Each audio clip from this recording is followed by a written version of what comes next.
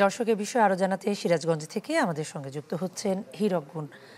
হীরক, বাস টার্মিনালগুলোতে ঢাকামুখী মানুষের ভিড় কেমন, সেই সাথে একটা জিনিস জানতে চাই যে টিকিট না পাওয়ার একটা সংকটের কথা আমরা জানতে পারছি, তার সত্যতা কতটুকু?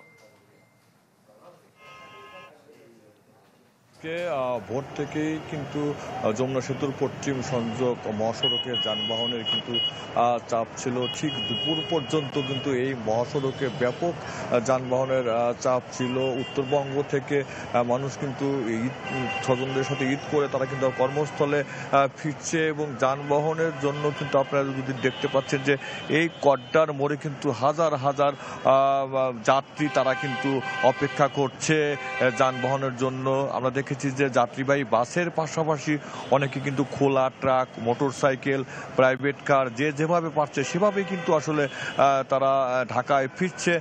তবে আমরা যেটি দেখেছি যে কড্ডার মোড়ে এসে যে অতিরিক্ত ভাড়া আদায়ের কিন্তু একটি অভিযোগ রয়েছে এবং সেখানে কিন্তু অনেক 2 থেকে 3 গুণ ভাড়া কিন্তু চাচ্ছে চালকরা, বাস চালক এবং বাস কর্তৃপক্ষ। আমরা যেটি দেখেছি যে এই যে বাস কাউন্টারগুলো রয়েছে সেখানেও কিন্তু আসলে যে পর্যাপ্ত টিকিট কিন্তু আগেই বিক্রি হয়ে গেছে, যে কারণে কিন্তু এই কড্ডার মোড়ে দেখতে পাচ্ছেন যে বিভিন্ন স্থান থেকে কিন্তু যে হাজার হাজার যাত্রী তারা কিন্তু এই যে দুপুর এবং রোদ এবং ব্যবসা গরমে কিন্তু তারা অনেকটাই কষ্ট পোয়াচ্ছে, তারপরেও কিন্তু যে যেভাবে পারছে সেভাবে কিন্তু বা তারা ঢাকায় যাচ্ছে। তবে সকাল থেকে দুপুর পর্যন্ত এই মহাসড়কের যানবাহনের চাপ থাকলে এখন স্বস্তির খবর হচ্ছে যে দুপুরের পর থেকে কিন্তু যানবাহনের চাপ কিছুটা কমেছে। এখন কিন্তু যানবাহনগুলো স্বাভাবিক গতিতেই চলছে। তবে ভোর থেকে দুপুর পর্যন্ত কিন্তু এই যে 22 কিলোমিটার মহাসড়ক যমুনা সেতুর পশ্চিম পাড় থেকে হাটিকুল পর্যন্ত কিন্তু ছিল, তবে এখন কিন্তু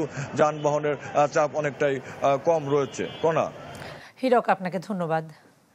দর্শক, হীরক গুণ আমাদের সঙ্গে যুক্ত হয়েছেন সিরাজগঞ্জ থেকে, জানাচ্ছিলেন ঢাকামুখী মানুষের উপচে পড়া ভিড় ছিল বাস টার্মিনালগুলোতে, সে খবরই।